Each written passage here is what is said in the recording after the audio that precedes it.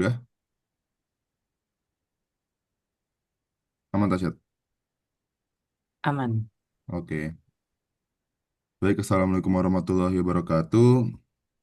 Saya dan kelompok saya Jawa Family, yaitu ada Satrio Puji Danutirto dan Muhammad Rasyad Lubis, ingin mempresentasikan final project kami, yaitu integrasi modul transliterasi, rule based, dan modul translasi untuk sistem penerjemahan aksara Jawa ke bahasa Indonesia. Oke, next. Oke, ini sebelumnya sudah saya bilang pada tim kita ya. Oke, lanjut.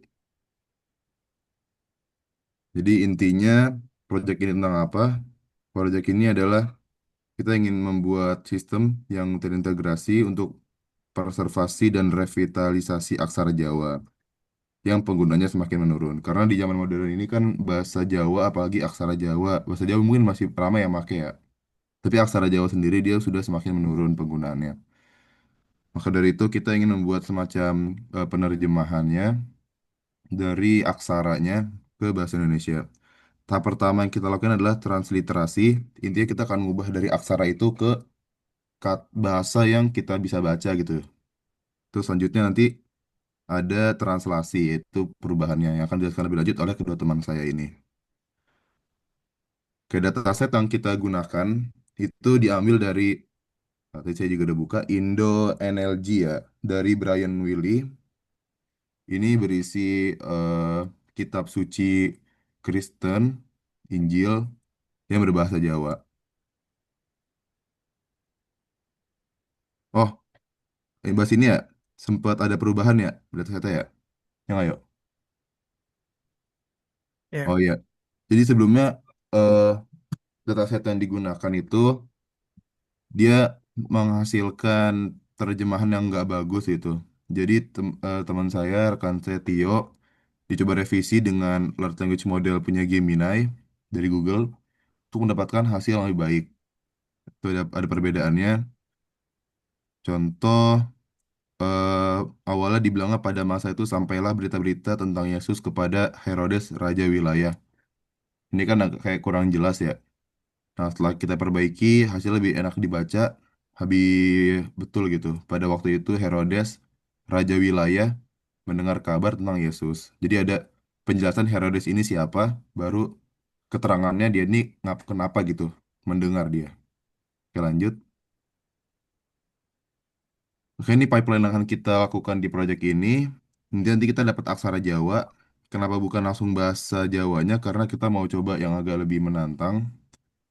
Jadi nanti ada inputnya adalah aksara Jawa, kita akan transliterasi dulu. Setelah sudah muncul bahasa yang bisa kita pahami ya kayak Sugeng Enjang, baru kita lakukan translasi untuk mendapatkan kata asli, kata translate-nya gitu. Itu selamat pagi dan selesai. Oke, selanjutnya. Baik. Berikutnya adalah untuk model transliterasinya. Di sini model transliterasi berbasis rule base. Nah, untuk rule yang dipakai ini sesuai dengan em, eh, rule yang ada di yang rule yang pernah saya pelajari pada saat sekolah dulu. Itu ada beberapa unsur, di antaranya ada aksara Nglenggeno. Itu dia adalah aksara dasar. Dia jumlahnya ada 20 aksara, yaitu kayak Hana Caraka, Data Sawala, Podo Joyonyo, Mogo Batongo. Nah, seperti itu. Itu adalah asal dasar yang dengan konsonan huruf A. Nah, berikutnya ada juga aksara pasangan. Ini sebenarnya sama kayak aksara Ngegeno, cuman dia adalah pasangannya, bentuk kedua dari aksara Ngegeno itu. Dia biasa dipakai untuk mematikan vokal ya, inherent gitu, aksara di depannya untuk membentuk suatu cluster konsonan seperti itu. Misal eh, ada kata apa ya? Tunggu. Eh, Ya, pokoknya intinya dia eh, untuk menciptakan suatu huruf tersendiri gitu. Misal ada sesuatu yang dia diakhiri dengan huruf N misal. Nah, berikutnya dia akan dilanjutkan dengan aksara eh, lenggena biasanya. Nah, karena ada yang diakhiri dengan huruf N itu, maka selanjutnya itu akan diberikan yang namanya aksara pasangan dari aksara lengenanya. Seperti itu. Nah, berikutnya ada sandangan. Ini ada beberapa sandangan yang saya gunakan untuk eh, rule base ini. Yaitu yang pertama ada sandangan suara, yaitu ada wulu, suku, pepet, eh, taling, taling dan taling tarung. Ya, itu sebenarnya untuk mengubah dari aksara Klingena yang pada dasarnya konsonannya A menjadi A, I, U, E, O. Seperti itu. Nah, berikutnya ada sandangan Panginggeging Wondo. Nah, itu ada layar, cecep, wignan, dan pangkon. Jadi untuk layar itu layar, cecep, wignan itu dia sebenarnya untuk di akhir-akhir kata biasanya kayak misal pasar itu kan biasanya ada huruf R di belakang. Nah, itu dia akan menggunakan layar. Lalu ada cecak, itu dia untuk aksara eng, N, G gitu. Lalu ada weknyan, dia bentuknya kayak angka 3 gitu, gede. Itu untuk yang berakhiran H, seperti itu. Nah, berikutnya ada tiga sandangan Pianjono. Dia ada cakra, ada kerat, ada pengkal. Nah, biasanya itu dipakai di kata-kata, maksudnya yang di tengahnya itu ada R-nya. Misal kita mau ngomongin mau ngomong TRA gitu, tra. Nah, eh, itu kita bisa menggunakan cakra. Berikutnya ada aksara suara A, I, U, E, O. Ini vokal yang khusus diletakkan di awal kalimat. Oke, berikutnya ada aksara murda. Dia itu sebenarnya pengganti aksara ngegenah, tapi dia digunakan untuk eh, beberapa tempat khusus gitu, kayak misal nama orang yang dimuliakan gitu, misal kayak Tuhan, Raja, atau Nabi seperti itu. Nah, berikut adalah hasil dari transliterasi. Di sini ada yang pertama itu ada kayak Sugeng Enjang. Nah, lalu untuk hasil transliterasinya adalah Sugeng Henjang. Nah, kenapa hasilnya beda? Karena karena apa? Di aksara Jawa dia itu nggak ada aksara yang khusus untuk huruf vokal saja gitu. Jadi biasanya dia itu akan menggunakan huruf ho untuk pengganti huruf vokal. Nah, seperti yang di sini Sugeng Enjang itu kan menggunakan e. Nah, sedangkan di aksara Jawa nggak ada aksara yang eh, khusus untuk e, itu tidak ada. Makanya menggunakan ho.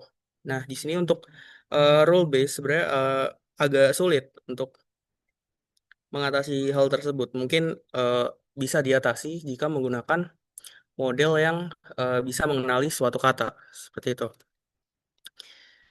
Eh, oke, berikutnya. Nah, berikutnya translation akan dijelaskan oleh Rashad. Baik, terima kasih, Tio. Untuk bagian translation pada slide ini akan menjelaskan terlebih dahulu secara workflow-nya.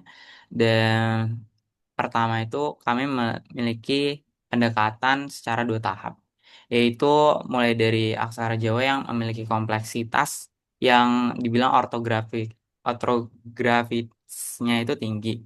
Seperti misalnya sistem pasangan yang sudah dijelaskan Tio sebelumnya.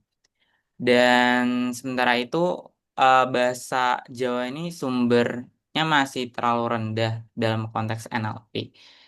Maka dari itu kami em, masih memerlukan data yang berkualitas tinggi dalam hal translationnya ini.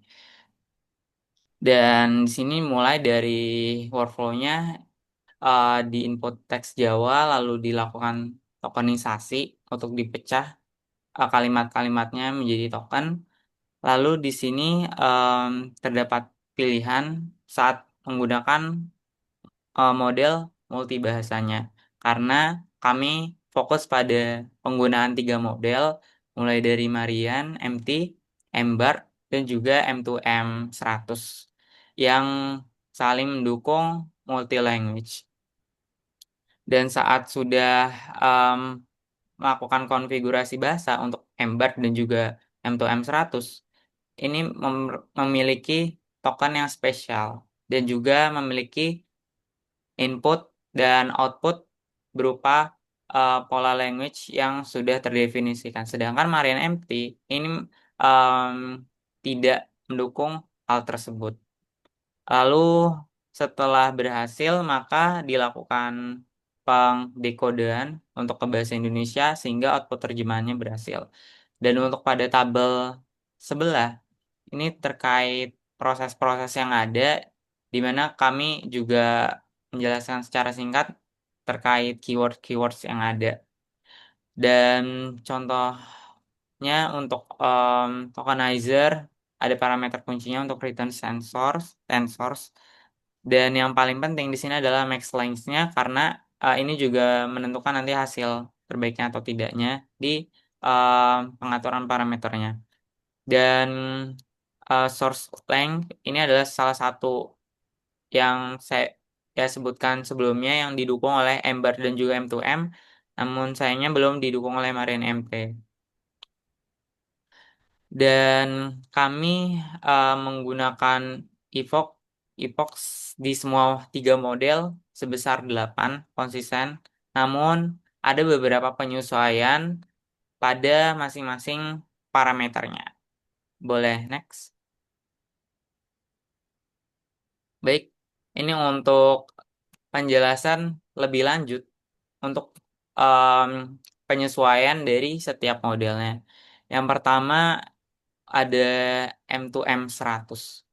M2M 100 di sini menggunakan batch size berukuran 6 karena eh, jumlah ini cocok untuk menyeimbangkan efisiensi komputasi karena kami menggunakan GPU-nya A100 di Google Colab dan juga dapat menstabilitaskan gradient descent selama pelatihannya. Dan untuk learning rate, kami di sini ada 3 bagian, yaitu yang 2, E-5 sama 1 dan juga 3. Namun yang menggunakan 2 di sini adalah M2M. Mengapa? Em, karena learning rate itu sebenarnya kan untuk menentukan seberapa besar langkah yang diambil model saat memperbarui bobotnya berdasarkan dari gradien loss functionnya tersebut. Nah, nilai ini sebenarnya relatif kecil dan sebenarnya umum juga digunakan untuk fine tuning model karena juga M2M 100 dari segi modelnya itu lebih kecil dari Ember dan juga em, khawatirnya agar tidak ada catastrophic forgetting yang maksudnya itu adalah melupakan pengetahuan pengetahuan sebelumnya yang sudah ada selama proses fine tuning. Lalu optimizer kami semuanya pakai Adam W karena dari emang sering yang paling digunakan Adam W, tapi alasan spesifiknya adalah karena algoritma optimasi ini eh, bisa menambahkan weight decay di mana itu reguli regulasi L2. Nah, ini bisa menghitung secara terpisah untuk gradiennya dan bisa mencegah overfittingnya apalagi kalau model-modelnya itu adalah berbasis transformers. Dan untuk weight decay-nya semuanya di 0,01 juga karena tujuannya ini untuk mengurangi kompleksitas modelnya juga. Dan untuk scheduler kami mengikuti saja karena emang M2M ini dari Facebook sama termasuk kelas-kelas tokenizernya. Dan ini yang ada source length-nya kebetulan M2M sudah mendukung pola Javanese atau JF untuk key-nya. dan target language-nya tentu saja Indonesia. Dan Ember sama dengan M2M, batch size-nya 6 karena memang dipilih untuk efisiensi dan stabilitas karena memang modelnya relatif besar. Yang paling besar adalah Ember, eh, sekitar lebih dari 6 sampai 7 giga. Dan learning rate-nya kami pilih yang lebih kecil karena memang modelnya lagi-lagi lebih besar dan juga eh, lebih digunakan, lebih tepat digunakan saat fine tuning. Dan untuk optimizer sama, epoch sama, dan source language di sini dia hanya menggunakan bahasa Indonesia. Namun di pengkodean kami sudah kami sesuaikan saat melakukan fine tuning dengan bahasa Jawa. Karena itu pengetahuan-pengetahuan yang ada pasti lebih diperbarui lagi atau Ember ini lebih belajar ekstra untuk mengenali pola-pola bahasa Jawa dibanding M2M. Untuk Marian MT, batch size-nya 8, berbeda dengan yang lain karena eh, tentunya batch size ini terbilang cukup sedikit lebih besar. Karena lagi-lagi modelnya cenderung lebih kecil.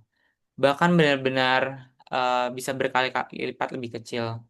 Kalau hasil konversi yang saya lihat terakhir kali itu sekitar 2 sampai 3 GB. Dan tentunya arsitekturnya itu bisa lebih efisien saat melakukan fine tuning.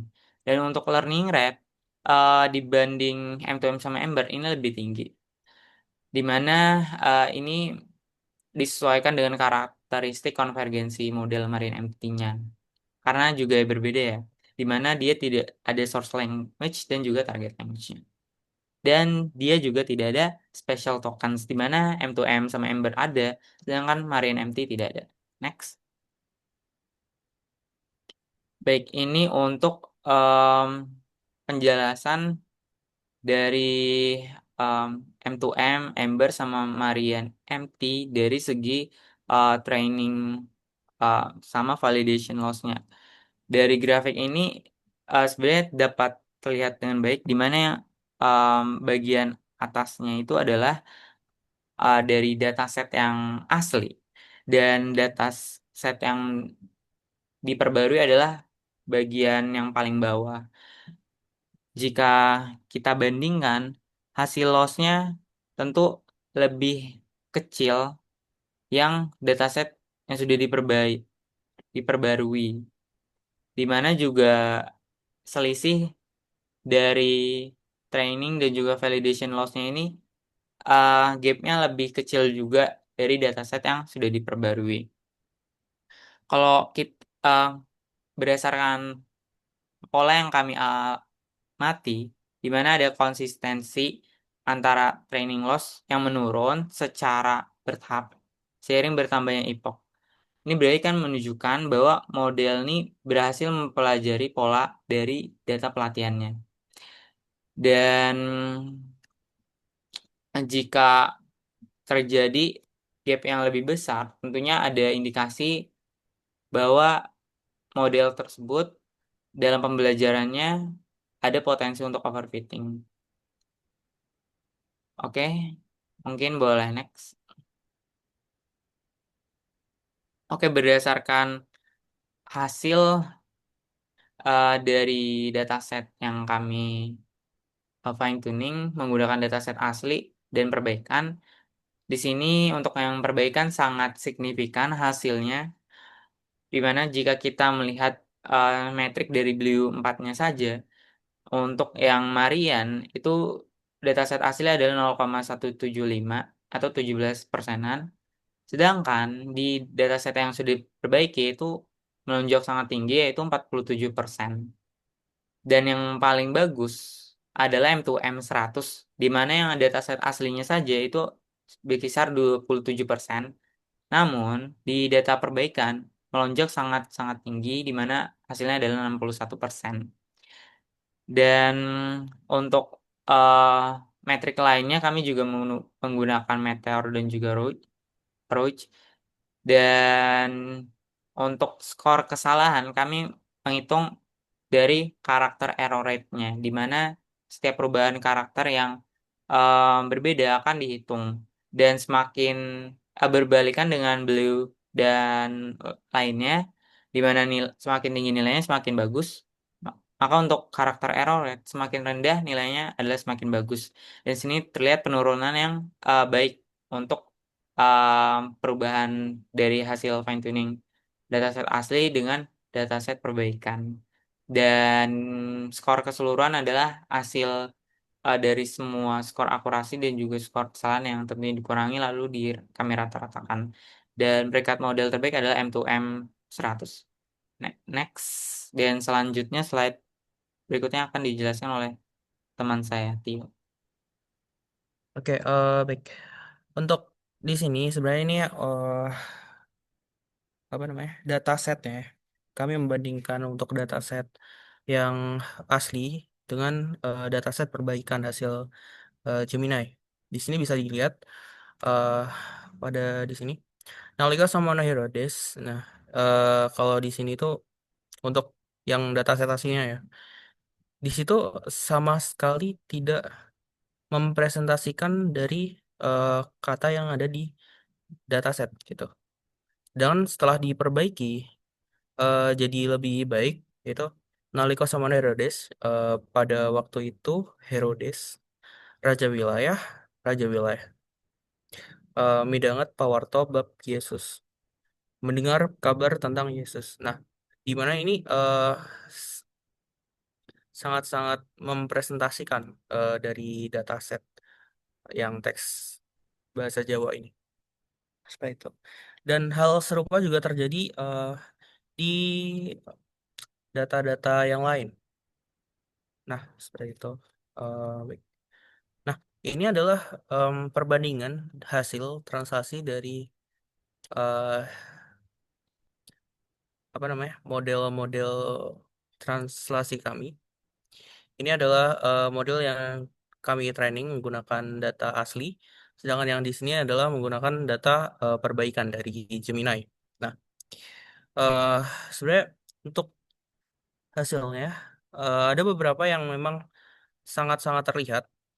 Misal untuk Ember di sini, pada waktu itu mendengarlah Herodes, raja wilayah tentang Yesus. Kalau di sini, pada waktu itu Herodes, raja wilayah, mendengar kabar tentang Yesus. Ini sangat-sangat berbeda. Dan kita bandingkan dengan ini. Nah, hasil tersebut sangat sangat mirip ya dengan eh, data hasil perbaikan dari Gemini gitu. Jadi untuk matriksnya itu otomatis akan lebih bagus gitu daripada yang menggunakan data asli. Nah, seperti itu. Lalu, nah ini juga terlihat juga untuk yang M2M 100 di sini. Sebenarnya itu Raja Wilayah Herodes mendengar tentang Yesus. Nah, kalau yang di sini pada waktu itu Herodes, Raja Wilayah mendengar kabar tentang Yesus. Nah, ini sangat-sangat jauh seperti itu. Nah, baik. Sebenarnya untuk hasilnya kurang lebih seperti itu. Nah, sekian dari kami. Mohon maaf apabila ada kesalahan. Wassalamualaikum warahmatullahi wabarakatuh. Terima kasih.